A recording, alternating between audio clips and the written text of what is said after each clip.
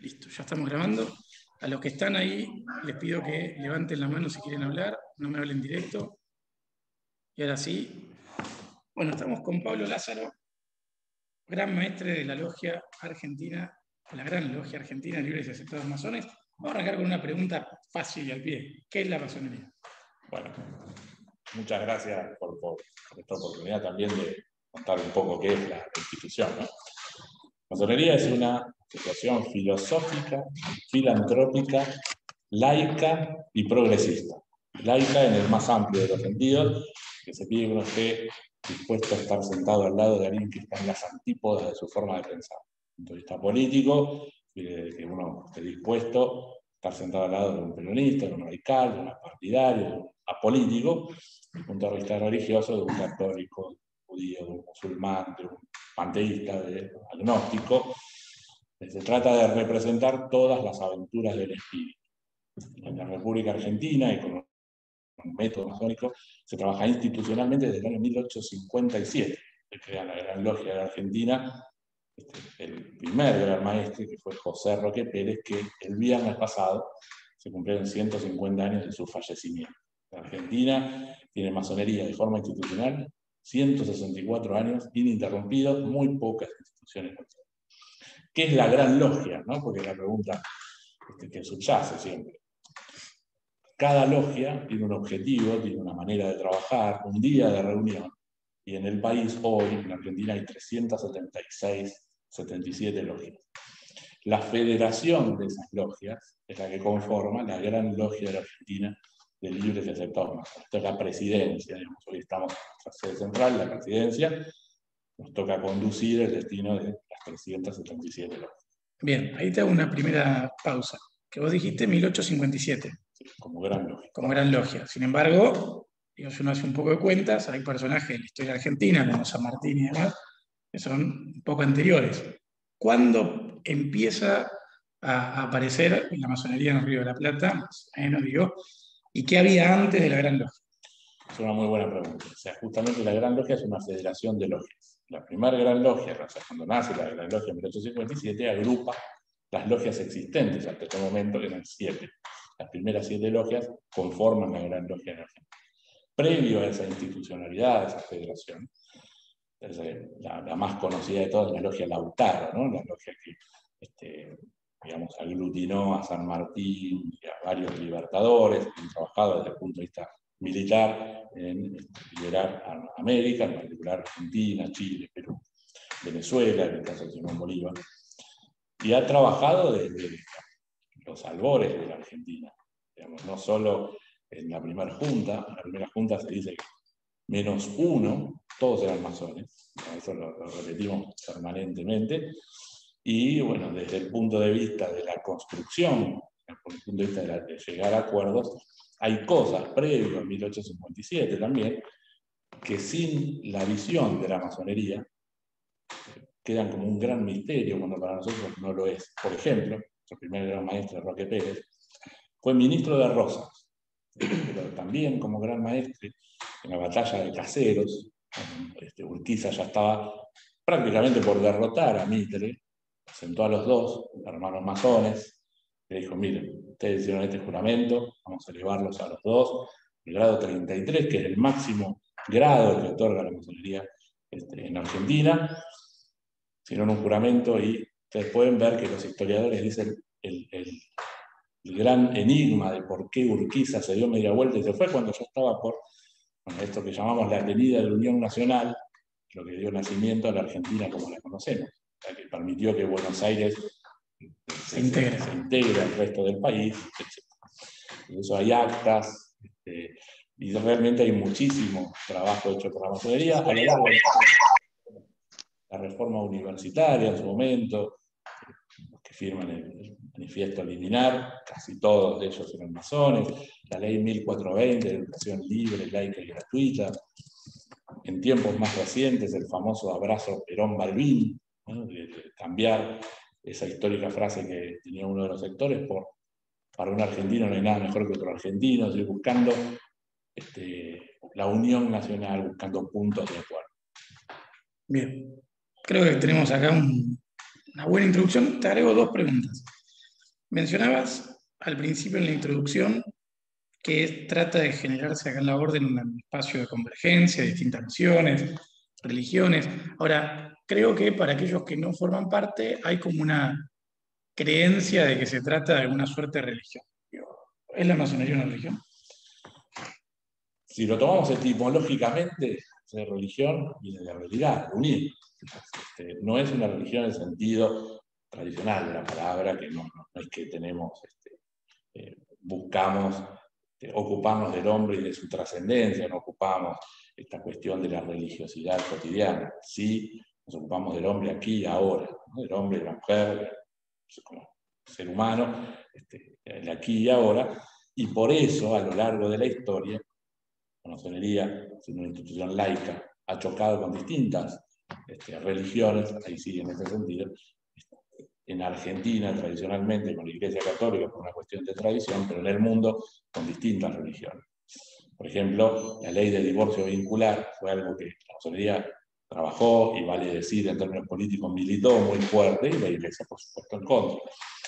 No quiere decir que estemos en contra de ninguna religión en ese mismo sentido. Es decir, ponemos en pie de igualdad a todas las religiones, el hecho de creer y de no creer, defendemos a ultranza, pero también practicamos el laicismo. El laicismo no quiere decir estar en contra de la fe de nadie, quiere decir que los asuntos públicos pertenecen a todos y no a una religión particular. Es decir, en resumen, el choque de la masonería con las religiones se da cuando el cuerpo político de determinada religión trata de imponer su fe en la cosa pública.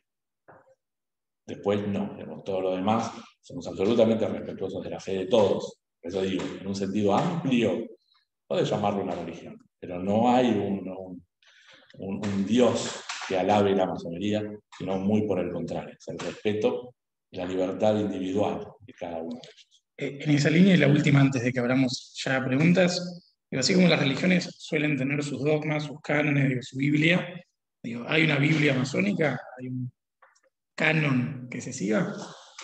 Justamente la masonería, como distinto a otras instituciones, enseña a través del símbolo. Fantástico del símbolo que hace al libre pensamiento, que para vos va a ser una cosa, para mí otra, para él algo distinto, y para nosotros dentro de 10 años va a ser totalmente distinto porque vamos cambiando, incorporando nuevos conocimientos. Es decir, la masonería busca la libertad de pensamiento y cosas que históricamente han dividido los hombres, como si Dios existe o no, o determinadas cuestiones así, viscerales. La masonería es un símbolo más que deja la libre interpretación de cada uno de los individuos como mejor les sirva, ¿no? Tratamos de arribar a acuerdos a partir de determinados consensos que se dan en el símbolo. Por ejemplo, decimos hace un ratito, el gran arquitecto del universo, es uno de los símbolos más conocidos de la masonería. Para el creyente católico será Dios, para el agnóstico o el ateo será el progreso, para el judío será determinado Dios, pero todos hablamos del gran arquitecto del universo como concepto de algo que consideramos superior a uno mismo, por lo cual juramos, por lo cual decimos que construimos en función del gran arquitecto del universo. De vuelta, vos construís en función del progreso de la sociedad, otros construyen en función de lo que él entiende como Dios. Lo importante es que todos lleguemos a un acuerdo y que el que está enfrente no es un enemigo, sino un adversario circunstancial que hay que persuadir, ¿no? Pasar por arriba, estas cosas que vemos cada vez más.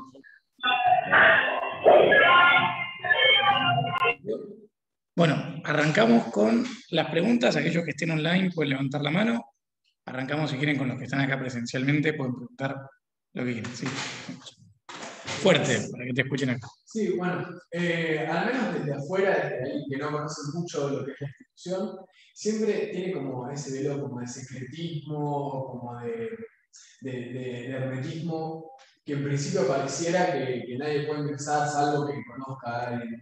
¿Cómo es, en concreto, el proceso de admisión de, por ejemplo, una persona nueva al proyecto?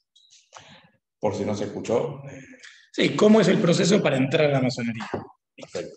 El halo de misterio que siempre persiguió o estuvo en la masonería normalmente se da en algunos países como, por ejemplo, el nuestro. Uno va, sin irnos a Europa o Estados Unidos, donde es absolutamente público y popular la condición de masón de mucha gente. Acá al lado, Uruguay, Tabaré Vázquez, recientemente fallecido, era súper conocida su condición de masón, lo ha dicho públicamente, y digamos que es absolutamente aceptado por la sociedad. En Argentina, digamos, siempre, si bien fue perseguida la masonería en las distintas dictaduras militares, por ejemplo, el año 30 lo consideramos un año bisagra para la masonería, que, digamos, es donde se habla de la unión de la espada y la cruz, como habrán leído alguna vez, se habla de la irrupción del régimen nazifascista en Argentina, en el año 30, cuando la masonería argentina perdió 375 propiedades, fueron tomadas, ocupadas. Entonces, del año 30 a esta parte, toda una generación de masones optó por el secretismo, no por la discreción, por preservarse, por preservar la masonería en general, por preservar a sus familias. Y hay una regla interna que es muy clara. Yo puedo publicar en el diario que soy masón. Ahí en la tele puedo decir soy masón, y digamos, porque somos absolutamente respetuosos de la libertad de cada uno. Lo que no puedo hacer es decir, eres masón. No puedo hacerlo porque es la decisión de cada una de las personas en función de esto. Fíjate que ha sido perseguida por izquierda y por derecha, digamos, porque ningún dogmático, sea de la línea que sea de una cuestión más religiosa, de una cuestión más política, dogmática, puede entender esta cuestión laica de sentarnos todos a la mesa como iguales, independientemente de la religión o el partido político, si es que lo profesamos, lo tengamos. Entonces, en función de esto, en Argentina siempre se retrotrajo la masonería. Hace un tiempo, a esta parte, en el año 2008, que para nosotros también es un año bisagra, asume una gestión donde estamos haciendo una puesta en valor comunicacional de la institución. No solo damos charlas como esta, sino con los medios, trabajamos, hacemos conferencias.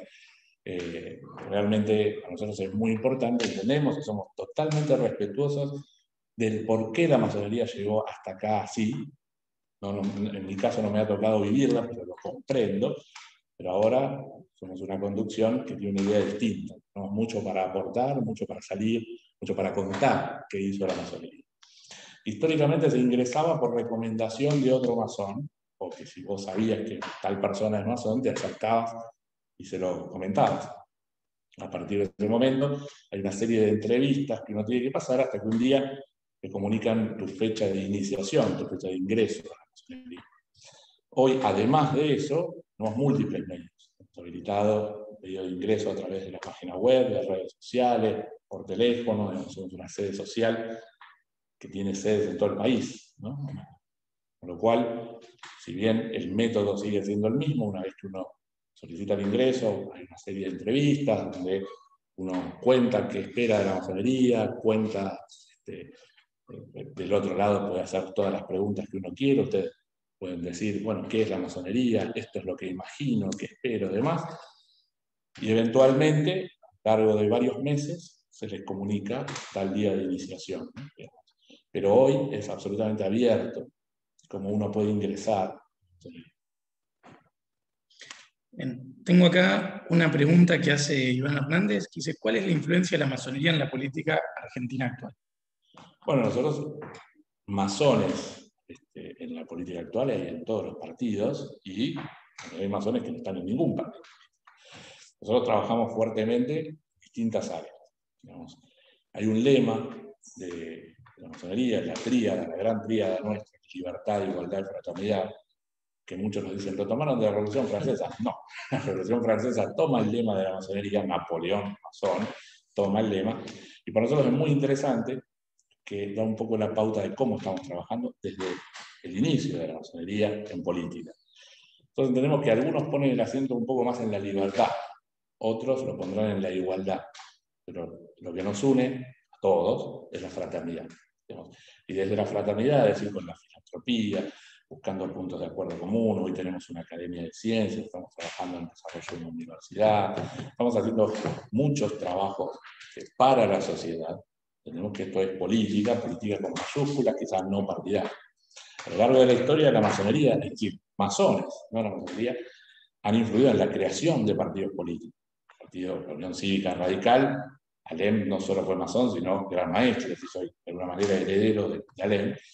Irigoyen fue masón, el color rojo y blanco del Partido Radical está relacionado con la masonería, igual que River, la banda de maestros. Eso no quiere decir que la masonería haya creado el partido político, como también otros masones han creado el Partido Socialista, el puño y la rosa son símbolos masónicos, Alberdi era masón, no sé, la influencia en los partidos políticos hubo siempre. Ese escritorio que pueden ver ahí era del vicepresidente de Perón, Quijano, que fue no solo masón, sino que lo donó a la masonería. Lo cual, la masonería siempre está presente a través de sus hombres. ¿Qué hace la masonería como institución? Dar puntos de acuerdo, tratar de bajar los decibeles, que tanto falta hace ahora, y que bueno, esperamos poder seguir construyendo en ese sentido. Bien, acá Mariana está con la mano levantada. Mariana, tenés la palabra. Hola, ¿qué tal? Hola, Pablo, tengo una pregunta. Una de los requisitos para ser masón es ser una persona de conducta intachable o algo por el estilo, ¿no? Leí. ¿Cómo se lee hoy en este contexto esto de tener una conducta intachable? Es una muy buena pregunta. Nosotros hace un rato estábamos debatiendo antes de iniciar la videoconferencia algo similar. El masón decimos que es un ciudadano del mundo. Somos absolutamente respetuosos y juramentados de las leyes de la nación en la que vivimos. Por lo tanto, contestando tu pregunta, el límite para un masón es la ley. Nosotros rápidamente, cuando se viola la ley, estemos de acuerdo o no. Esto es muy importante, porque hay leyes, ustedes saben, viejas, que quizás hay que cambiar, pero respetamos las leyes. ¿Hubo masones que tuvieron problemas con la ley? Por supuesto. Nosotros rápidamente lo ponemos dicho de otra manera, a disposición de la justicia, lo suspendemos internamente, no es que protegemos a nadie, porque está ese mito también que hablábamos hace un rato, sino al contrario, somos absolutamente respetuosos de la ley. Y en este sentido, la conducta intachable va en eso, estás juramentado por respetar la ley. Entonces, que seas respetuoso de la ley de Argentina en este caso. Sí. ¿Hay algún código de ética? Nosotros tenemos una constitución, un estatuto, te preguntan si tenemos un código de ética además de lo que dicta la ley. Nosotros tenemos una constitución, un estatuto como asociación civil, reglamentos generales que tienen que ver con códigos de conducta interna, que en este sentido, y tenemos también una comisión de disciplina, ¿no? Un tribunal de justicia sería que evalúa estos reglamentos internos, el comportamiento de los hermanos, y por supuesto, si se enteran de que alguno ha violado la ley, son los primeros que tratan ese caso en la comisión de disciplina. Pero sí, tenemos además el método masónico, digamos, permanentemente apela a eso. El método masónico de trabajo, que es tratar de evitar el debate, sino desde el aporte de las ideas, nos llevamos a todos los planos de la vida. En una logia tradicionalmente vos presentás un trabajo, suponete, yo siempre cuento el mismo ejemplo, pero realmente me impactó. Cuando se dio la tragedia de Cromañón, nos vino un chico que estuvo ahí y presentó un trabajo absolutamente emotivo, no por un proyecto de ley, no, digamos, cómo lo vivió. Y cuando se concede la palabra, en un ratito escuchamos un bombero, un médico, un abuelo que perdió al nieto, digamos, personas que no estuvimos, pero lo vimos por la tele, un legislador que había en ese momento, un asesor de un legislador que estaba, digamos, en ese problema del intendente de la ciudad de Buenos Aires en ese momento. Con lo cual, en un ratito, tuvimos un panorama rapidísimo, manteniendo este código de ética que es, no hay un debate, no voy a salir a matar a otro porque en este caso, en este ejemplo concreto, tal apoyaba a Ibarra o tal hablaba tal cosa. Siempre desde el aporte, siempre desde tu visión, y si vos no estás para nada de acuerdo con la visión de tal, bueno, se pide que hagas otro trabajo con tu postura sobre el mismo tema. Con lo cual, vos haces una síntesis como oyente de todas las diversas posturas que hay, realmente es donde te enriqueces. Eso lo podés extrapolar a todos los órdenes masónicos, cómo nos comportamos no solo en la logia, sino afuera. Que esto es muy importante. Vos vas a reconocer diputados masones, legisladores masones o empresarios masones por su manera de hablar. Vas a ver una mesa de café, vas a reconocer después de un tiempo masones por ver cómo se escuchan, ves que habla uno solo, el otro escucha, que no se pisa. Y si no lo es, pega en el palo. O sea, por supuesto puede ser, pero la manera de hablar, ese código de ética, de conducta que decías recién, lo vas incorporando para la vida. En términos estrictamente económicos, ¿cómo se sustenta la institución? En términos económicos, ¿cómo nos sustentamos? Digo, repito, por en este sentido, somos una asociación civil, por lo cual hay una cápita, una cuota social que pagamos todos los masones, y también hay donaciones. Por ejemplo, si dos masones deciden hacer algún trabajo conjunto, bueno, producido, muchos donan un pedazo a una porción a la masonería, otros no, pero el método de financiación, diría en un 80%, es la cápita social, la cápita que tenemos todos los miembros. Después también tenemos toda asociación, tour masónico, alquileres, no sé, bueno, todas esas cosas que hacen a los de finanzas, ¿no? pero sí, básicamente, en un gran porcentaje, bueno, son cuotas sociales en cualquier asociación civil argentina. Acá están preguntando si hay masones en Venezuela y si son perseguidos hoy Sí, por ello. de hecho sí. Hay muchas logias en Venezuela, empezando por Simón Bolívar, que fue masón, y de hecho fue siempre históricamente muy respetada la masonería, en Venezuela y en Cuba. José Martí, hablamos hace un rato, y algunos héroes de la revolución de ellos, como Camilo Cienfuegos, fueron masones, pero hoy, por supuesto, es perseguida, pero por supuesto en función del régimen político que hay en los distintos países, ¿no? Pero, y las veces que hemos intentado expresarnos como masonería, con alguna situación en Venezuela o en determinados países, particularmente Venezuela, la masonería venezolana nos pidió, por favor, no, porque nos generan más problemas. Esto me ha tocado a mí. Yo, antes de ser maestre, fui secretario, que es un poco el que coordina la correspondencia, y dijeron, por favor, no se expidan. Y en esto somos respetuosos porque no hay una masonería mundial, no hay un papa masón, por así decirlo. La masonería es potencia por país. Pero si otra potencia que reconocemos, la logia de Venezuela, nos dice, por favor, no se exprese, bueno, por supuesto lo respetamos. Trabajamos, ayudamos, bueno, es pública conocida la condición de masón de Guaidó, que se ha pasado, mandado videos como masón y nos pidió muchas veces que nos manifestemos, pero bueno, la conducción política de la Gran Logia de Venezuela nos pidió no nos expresen porque nos generan muchos problemas. Pero sí, hay masonería en Venezuela. Bien. Sin ánimo de justificar la persecución, sino para entender cuál es el motivo por el que a nivel histórico se dio y a nivel también actual, porque ciudades diferentes puntos de... Contra la masonería, la persecución. Mira, te invito a leer en detalle, porque cuento el resumen. Hay una encíclica papal, que es la que excomulga a todos los masones. A partir de esa encíclica, se declaran excomulgados de la Iglesia Católica Apostólica toda persona que sea, perteneciente a la secta masónica, dice la cura papal. Pero cuando uno lee por qué estamos excomulgados, vas a ver rápidamente que no tiene absolutamente nada que ver con cuestiones de fe, sino que son netamente políticas. Son básicamente dos hechos. El primero, la bula se llama in eminentis. No me acuerdo si fue...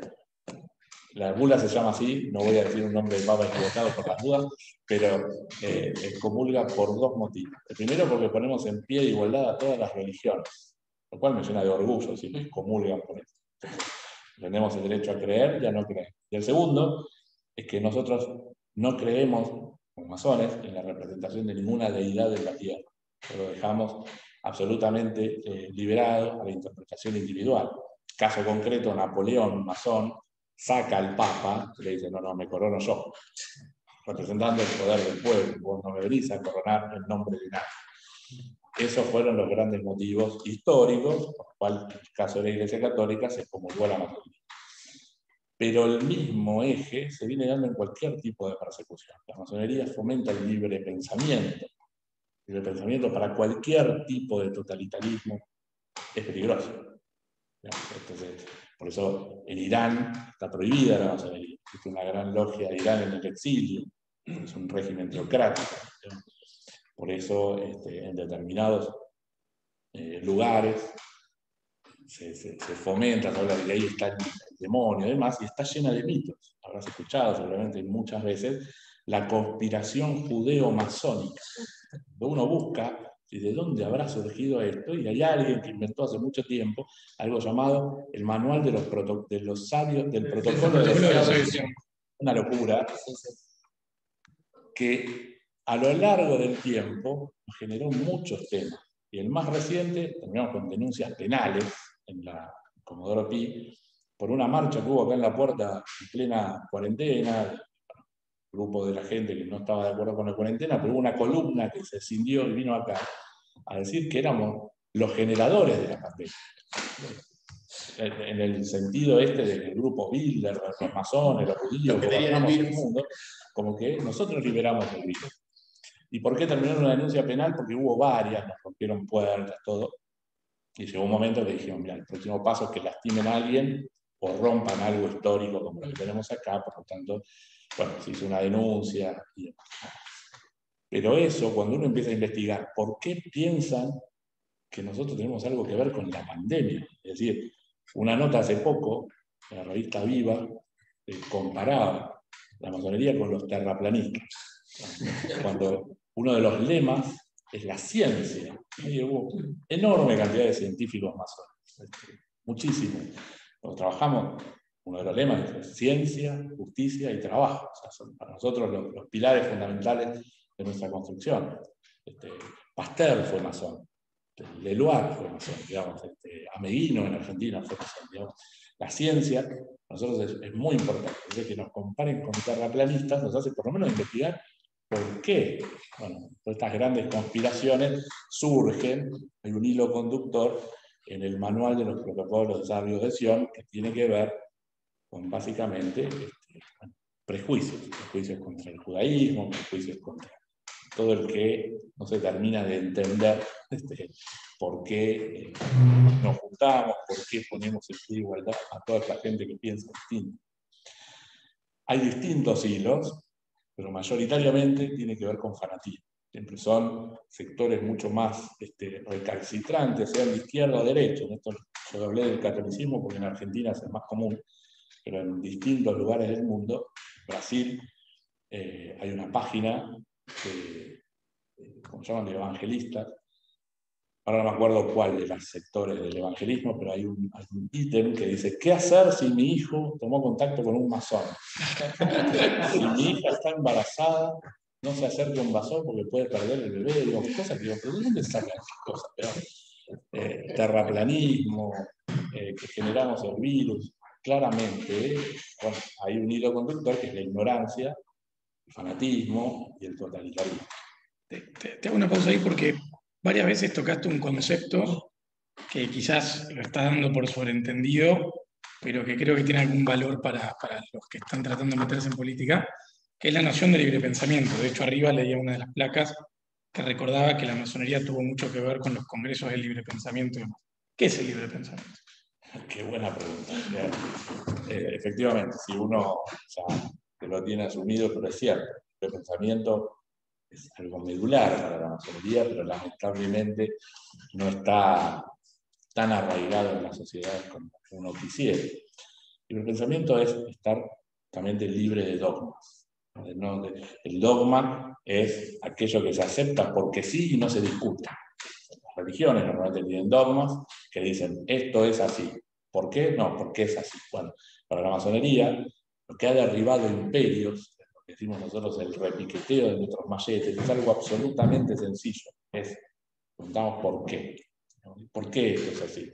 ¿Y por qué? ¿Y por qué? ¿Y por qué? Simbólicamente se dice que el aprendiz masón tiene 3 años, por distintos motivos. La edad del por qué, la de los 3 años. Nosotros tenemos que entender todo, digamos, desde lo racional y muchas cosas que van desde la fe, pero también tiene un basamento racional. Como siempre, tenemos que saber por qué esto es así. ¿Por qué cuando alguien te dice eso es la voluntad, tal símbolo? ¿Por qué? ¿De dónde viene? Bueno, y eso va a ser un masón permanentemente. Preguntarse por qué fomenta el libre pensamiento. No vas a encontrar ningún masón que le digan estos son nuestros 10 mandamientos, suerte. Dura 2 días en ese lugar. Pero ¿y por qué? No, y no es mejor este antes que el otro. O sea, sí. Por supuesto, en una logia muchas veces eso es complicado. Y tenés, para hacer un proyecto común, gente que piensa de forma totalmente distinta. Pero es nuestra principal fortaleza. Porque cuando vos presentás algo, tenés todas las visiones, antes de sacarlo a la sociedad, con las que sabés en qué vas a fracasar, en qué vas a, digamos, andar bien. Por eso, antiguamente las logias usaban un pequeño simulador antes de llevarla al Congreso. La ley 1420 de educación libre, laica y gratuita, la ley de divorcio, la ley de cementerios, que recordemos que en una época tenía el patrimonio de quien moría, de quien nacía, lo tenía la institución Iglesia Católica. Todas esas leyes fueron tratadas primero en logias, en la masonería.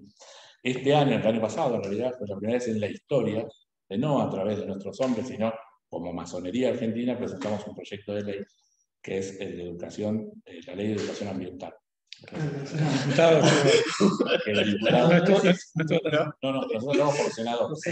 La que entró ahora en diputados viene del Poder Ejecutivo, pero en el Senado, entiendo, nos dijeron que en la comisión de Senado se va a hacer un merge. Es muy distinta. Es bastante distinta, pero la nuestra hablamos de todos los niveles. Si lo hacen va a volver, así que... Sabe que debería, no, la primera vez la parte en 5 universidades, varias tendencias, que tratamos de, bueno, sea inclusiva. Por eso nos animamos esta vez a presentarla, y es un mensaje en sí mismo, el conductor de lo que decíamos antes, no a través de los hombres, sino la gran logia de Argentina presenta un proyecto de ley, a través de un senador, por supuesto, pero digamos, firmada como Masonería Argentina, con el aval de muchísimas instituciones. Que pueden salir rebotadas, por supuesto, digamos, estamos dispuestos al debate, a trabajar, a seguir fortaleciéndola. Pensada desde distintos lugares. Uno piensa en ambientalismo, como me decía uno de los que la redactó, y piensa en el chico medio hippie que está, no, el ambientalismo es mucho más, ¿no? Y la educación ambiental, desde el nivel primario, que es lo que queremos incorporar en nuestra ley, a diferencia de otros proyectos que vimos, que es muy importante. Entonces, la tierra, la casa común, sí, usando frases del Papa, sí, la casa común. Digamos. Entonces, entendemos que es muy importante. Ahí, voy con algunas de las online, mantengan las preguntas. ¿Qué hay de cierto en que el trazado de la ciudad de La Plata fue hecho por masón? Es absolutamente cierto, Eduardo Rocha fue masón.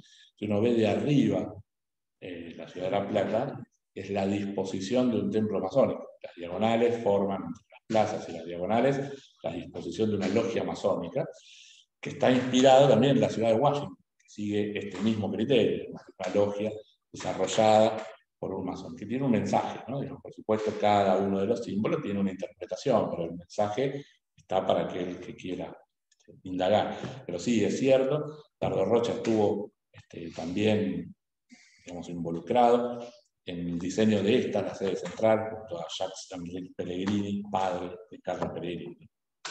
Bien, acá preguntan otra más. ¿Cuál es la labor de un masón una vez dentro de una logia, tanto dentro de la organización como fuera? Es que no hay una misión para el masón. La masonería forma, si querés, en título general, mejores ciudadanos.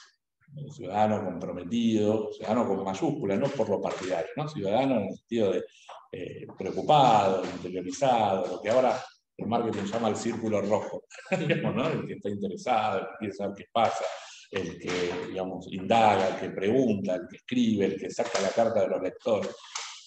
El rol del masón en logia es justamente, primero, aceptar que el que está al lado probablemente diga algo totalmente distinto a lo que vos querés escuchar. Esto es nuestra fortaleza, ¿no? Porque vos decís, vamos a trabajar la ley de educación ambiental. Y por ahí aparece un hippie de esto, lo que decíamos recién.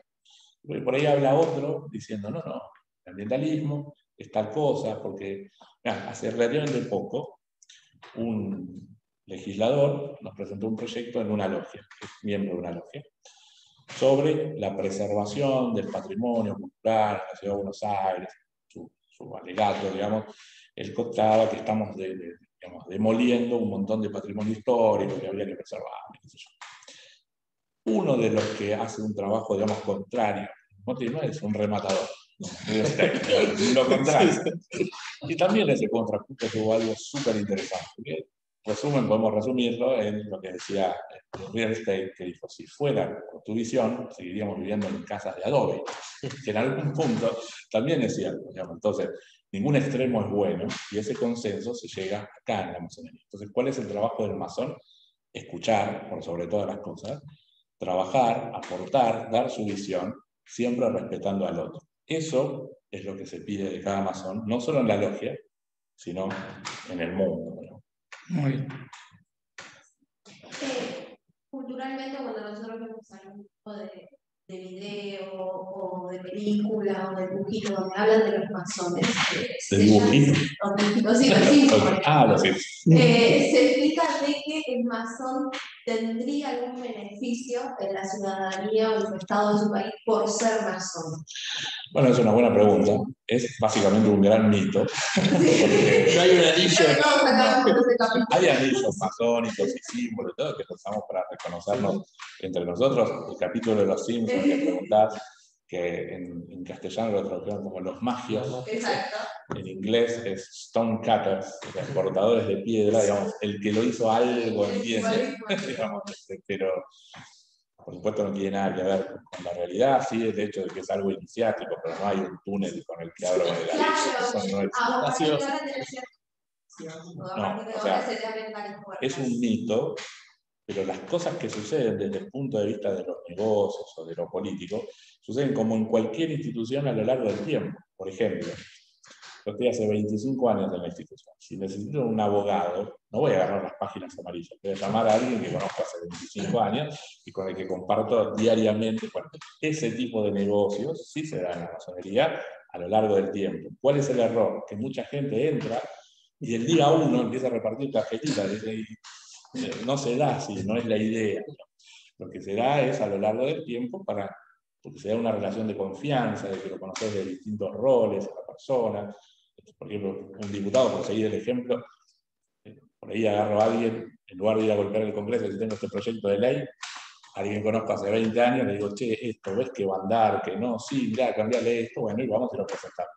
Pero no porque la masonería fomente eso, es porque la relación que se da a lo largo del tiempo, como en cualquier institución multidisciplinaria, hace que se produzcan esas cosas.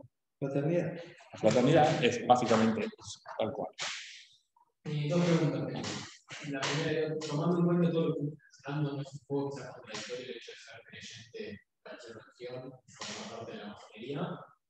Y en segunda medida, si no vieron a lo largo de la historia quizás filtraciones de algún miembro de la masonería que haya salido públicamente a hablar de hermanos o compañeros de la religión y revelar su estado. Bueno, si es incompatible o no, yo repito, pero por ser religioso y masón, va en la interpretación individual. Nosotros somos totalmente respetuosos de lo que vos interpretás. Por eso te digo que el gran arquitecto del universo, para mí es el progreso, como un papa masón, Juan XXIII. ¿Cómo compatibilizás Juan XXIII con Walt Disney, con Henry Ford, con Proudhon, anarquista, o Bakunin, anarquista, o Salvador Allende y San Martín? Solo la masonería y su interpretación individual de los símbolos, ¿no? Todos ellos fueron masones. No es incompatible, la masonería no tiene problema absolutamente con ninguno, deja que vos tengas la interpretación de si te sirve o no. Al contrario, hay instituciones que dicen la masonería es mala porque fomenta, porque esto, porque lo otro, porque pone en pie de igualdad. Para nosotros es motivo de orgullo. El laicismo, que hoy algunas religiones llaman ecumenismo, pero que la masonería lo levantó como bandera desde el principio de los tiempos. Entonces, no es para nada incompatible para la institución, es o no incompatible para vos. Cuando veas, por ejemplo, en la solicitud de ingreso que te dice, ¿usted sabe o le informaron que los católicos estamos excomulgados por la Iglesia Católica Apostólica Romana? Si a vos eso te pesa, bueno, no das el paso. Hay otro que va a decir, sí, sabía, no me importa. Y está bien, digamos, absolutamente cada uno a la hora de dar el paso, ¿no? Y lo otro que me preguntaste, perdón. ¿Tuvieron en algún momento filtraciones? Filtraciones. Sí, muchas. Hubo muchísimos. Hubo gente que escribió libros, por ejemplo. Si bien no fue una filtración, fue bastante cuidado. Años después nos enteramos que fue así. Hay un libro que se llama Jesuitas y Masones, un cura jesuita, que él entendía que esto era algo malo, quiso infiltrarse. Se llamó Tom Nagy, creo que era rumano y estaba destinado a la Argentina, y escribió un libro, se llama Jesuitas y Masones, porque por una parte toda su iniciación en el mundo jesuítico y toda una parte sobre su iniciación en la masonería, cuenta muchísimas cosas, pero como corolario dice que no es incompatible, por eso ahí te uno las dos preguntas. Pero bueno, él ingresó con ese fin, salir a contar. Sí, hubo muchos casos, hubo un periodista la década de los 80, no me acuerdo el nombre, que se había metido en una logia y publicó un montón de nombres. O sea, pasa, lamentablemente pasa, pero bueno, la masonería tiene sus anticuerpos también. Que, si vos se nota cuando venís a otra cosa, venís o que quiero hacer negocios de forma desesperada o que quiero enterarme qué están haciendo y no lo haces a lo largo del tiempo. La misma masonería te va dejando de lado, no es que te va a echar en otro sentido. ¿Qué le pasa a este muchacho que está permanentemente preguntando a ver quién está, quién es juez, quién es abogado, quién es asustado? Entonces sí, hubo muchos casos, no muchísimos, pero hubo muchos casos a lo largo de la historia, ¿no? ¿Se toma alguna medida en contra de eso? ¿Una vez que esté o se lo deja pasar? No, si activó, normalmente se lo expulsa, porque viola, digamos, la confianza de su logia. Pero normalmente el que hace eso ya se fue, digamos, lo hace, toma información, la hace pública y se retira. También hubo muchos errores, ¿no? Por ejemplo, una diputada muy conocida que un día en la televisión dijo que Julio Devido y fulano y Mengano eran todos masones porque iban a comer a no sé dónde. Nosotros pedimos la reunión con esa diputada y dijimos, no son masones y no entendemos por qué usted dice eso, no, porque a mí me dijeron que se juntaron en tal lugar. Sí, en tal lugar hay una logia, se habrán invitado a comer. Y ahí hemos salido a aclarar varias veces. Es decir, muchas veces hubo filtraciones, pero otras veces hubo no sé, errores, gente que salió a escribir que no tenía nada que ver. Sí, consulta. También, dos. Una que es medio una pregunta inversa de la que hizo, que básicamente muchas veces he escuchado, ¿no?, que sí podría llegar a haber, y quiero saber si es así, algún tipo de incompatibilidad, por ejemplo, con una persona atea. Bueno, históricamente se pedía que alguien tenga una creencia superior, digamos que básicamente la Gran Logia Unida de Inglaterra y otras grandes logias, a lo largo del tiempo interpretaron eso como una creencia en Dios, el Dios que vos quieras, ¿no? Pero en Dios. Hace mucho tiempo, sobre todo en Argentina, en nuestra región, la región del Caribe y Sudamérica, la región del Caribe es un grupo de grandes logias, de la parte del Caribe, llegó, sacó un comunicado, lo tenemos colgado en algunas sedes, después si lo encontramos se los muestro, que pone que el gran arquitecto del universo no es Dios, sino la libre interpretación de cada uno, dejando aquel principio, causa primera, cosa del Big Bang, que interpreta a cada uno como algo superior. Ok, o sea que una persona atea podría llegar a ser. Perfecto. Y otra, tal vez más personal. ¿Qué te llevó a vos a ser masón? Qué buena pregunta. Yo hace ya mucho tiempo, el gran maestro anterior, Jorge Clavero, los dos compartimos partido político. Si bien yo estoy afiliado de chiquito, porque mi abuela me afilió, por así llamarlo, no soy un militante hace muchos años, pero toda la historia del Partido Radical, al mí siempre me llamó mucho la atención, siempre investigué mucho y demás. Y Jorge Clavero, el ex gran maestre, era dirigente radical bastante importante en la ciudad de Buenos Aires hace unos años atrás. Bueno, un día hablando con él, digo, a mí me interesa la masonería, tuve una profesora de historia que me habló a los 17, 18 años de la logia Lautaro y de la construcción de las logias y demás, pero vos te interesa la masonería. Y así fue, y realmente me interesó, y cada vez me interesa un poquito más. Y lo que tiene la masonería, yo soy de profesión, digamos, civil, soy de sistemas, de ciberseguridad, y no soy recontra, digamos, me dediqué específicamente a la seguridad, porque no me gusta cuando las cosas son todos los días iguales. Entonces, cuando vi que en la masonería había un ritual, una manera de conceder la palabra, dije, uy, me voy a aburrir al segundo día. Y no, porque cada tenida, cada reunión es totalmente distinta a la otra, siempre se debate un tema distinto, siempre se escuchan ideas distintas. Cuando viene alguien nuevo, mejor, porque vamos a ver cómo piensa, a ver qué va a aportar. O sea, realmente cada día vengo más contento a la masonería. Ahora no podemos venir tanto por cuestiones pandémicas, pero bueno, hoy lo suple en menor medida, pero lo suple el Zoom. Sí. Cuando uno ingresa a la masonería, ¿elige la logia en la que va a estar o cómo se elige? Podés elegirlo, sobre todo si conoces a alguien y demás, pero si vos escribís a la página web, lo que se te va a recomendar es el día, en base a tu lugar geográfico, el día de horario de reunión que puedas, y en base a tu perfil, de lo que estás buscando, se te va a recomendar una logia u otra. Por ejemplo, si venís a Avellaneda, no te voy a recomendar una logia de San Isidro, que vas 2 veces y no vas nunca más. O si me decís, todos los días, menos los martes puedo, no te voy a mandar a Prometeo, trabajar los martes. Entonces, según día se trata de una reunión. Y también, si vos me decís, mira, a mí me interesa la política, me interesa la construcción, y te pido una logia cuyo objetivo es el estudio de la alquimia, que las hay, digamos. Pero lo interesante, una vez que ingresás a la masonería, tenés distintas logias que tienen temas totalmente distintos. La gran mayoría son eclécticas y que toman todos los temas. Bueno, hay algunas que tienen un tema específico.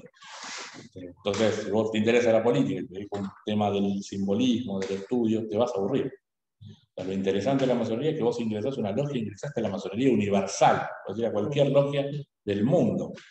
Y a lo largo de tu vida, bien, podés tener un interés más filosófico y vas a esa logia, después te interesa la historia y vas a otra logia. Un día que se juntan 10 y quieren armar un partido político y arman otra logia específicamente para el partido político, digamos. La vida masónica es absolutamente rica porque es individual, más allá de que es una construcción colectiva. Suena un contrasentido, pero créanme que es así. O sea, vos tenés tu vida masónica, construcción colectiva, pero el camino que elegís es absolutamente individual. Y la pregunta es si, bueno, si tienen distintos niveles y cómo es que uno va siguiendo a través de eso. Exacto. Preguntan si tenemos distintos niveles. Si uno ingresa a la masonería como aprendiz masón. Básicamente la masonería tiene 3 grados básicos: aprendiz, compañero y maestro. Cuando llegas a la maestría, normalmente hay un promedio, una mínima, de 1 año en cada grado. Una vez que llegaste a maestro, que es el maestro es un poco el que conduce la logia, fija los objetivos, el que hace hasta lo administrativo, ¿no?, de cada logia, desde pagar la luz, algo tan simple como eso, hasta los temas que hacen a la vida política de la logia, cómo votan lo que es la conducción, que es la gran logia argentina, etc. Una vez que llegaste al grado de maestro, después, desde el punto de vista individual, puedes elegir seguir lo que se llama el filosofismo, la parte filosófica de la masonería, no simbólica, sino ya filosófica, en temas políticos, en temas religiosos, que son del grado 4 al 33. El máximo grado de la masonería escocista, que es la que hay en Argentina, son 33 grados. ¿Pasar de un nivel a otro es por antigüedad, por ejemplo, o hay como objetivo? Es una combinatoria. Hay un tiempo mínimo, por más que seas un iluminado, menos de 1 año, es muy difícil. Cumplido el año, también hay determinados requisitos que fija cada logia. Hay algo común a todos, que es escribir, en el caso, por ejemplo, de aprendiz a compañero, que escribas 3 trabajos, estos que te digo, a lo largo de 1 año, por menos 1 año.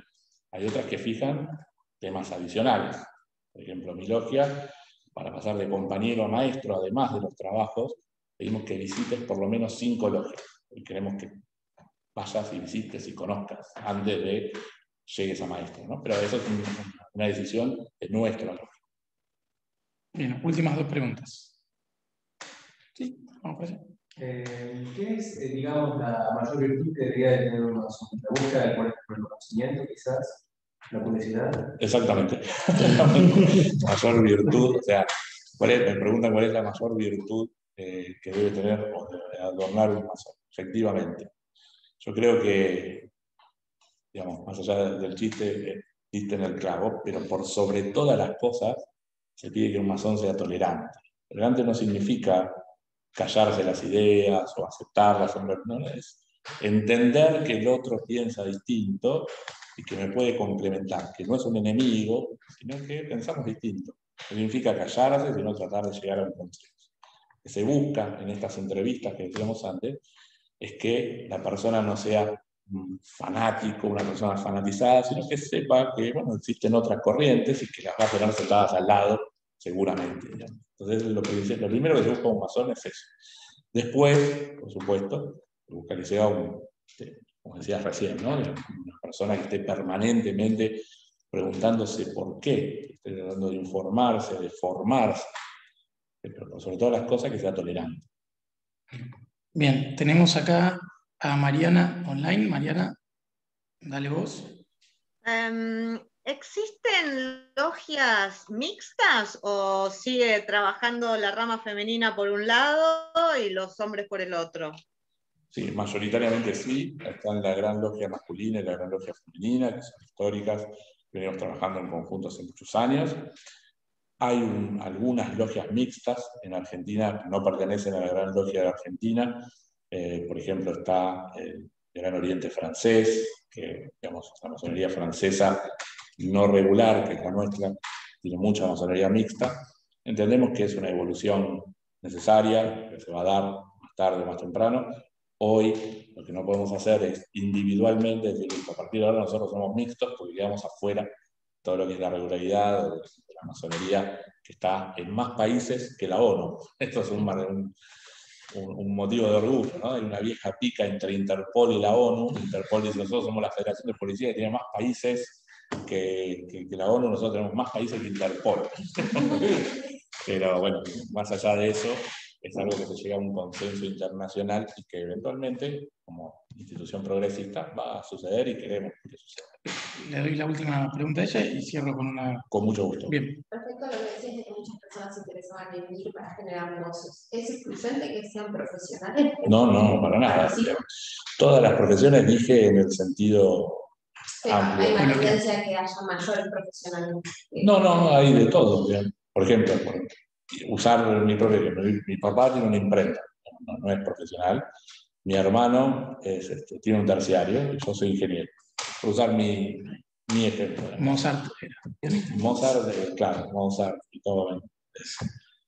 Básicamente, lo que se busca es cualquier persona que esté dispuesta a estar sentado al lado de alguien que quiera formarse, que quiera estar digamos, interesado en el quehacer del país, del mundo, del medio ambiente, de aquello que te motive, es bienvenido a la masonería. Bueno, cierro con esta pregunta. Este es un curso de formación política para gente de todos los partidos y la idea justamente es desarrollar esa educación cívica básica fundamental para que haya una mejor política. Si tuvieras que tratar de sintetizar lo que puede aprender alguien de la masonería o lo que la masonería podría transmitirle como sugerencia a un gran maestre más que la masonería, o vos, Pablo Lázaro, a la gente que nos está escuchando y acompañando hoy o lo va a ver esto en diferido. ¿Qué enseñanza crees que deberían aprender de los más de 200 años de historia de esta institución? Bueno, nuestra institución tiene en Argentina 164 años y en el mundo 300 de forma ininterrumpida, justamente porque lo que hace es buscar acuerdos. Entonces yo creo que independientemente de cuál sea nuestra idea política, que es más en el centro derecha, más en el centro izquierda, sea partidario, sea político, lo que hace la masonería es trabajar en la política con mayúsculas, trabajar puntos de unión, trabajar, digamos, como decíamos hace un rato, nuestra tríada, libertad, la igualdad, y sobre todo en la fraternidad. Si vos formás mejores ciudadanos, si vos buscás que una sociedad sea más fraterna, una sociedad esté dispuesta a escuchar, que el ciudadano no solo esté informado, se pregunte por qué, esté dispuesto a aportar y a escuchar lo que el otro tiene para decir, seguramente vamos a mejorar la calidad política de no solo nuestros partidos políticos, por extensión de la nación. Bueno, muchas gracias, Pablo, por tu Gracias a tiempo. ustedes. Gracias a todos los que nos acompañaron acá y online. Y gracias por el tour también. Sé que Muchas gracias es a un ustedes. privilegio poco convencional. Nos vemos, chicos, hasta la semana que viene. Gracias. Chao, chao.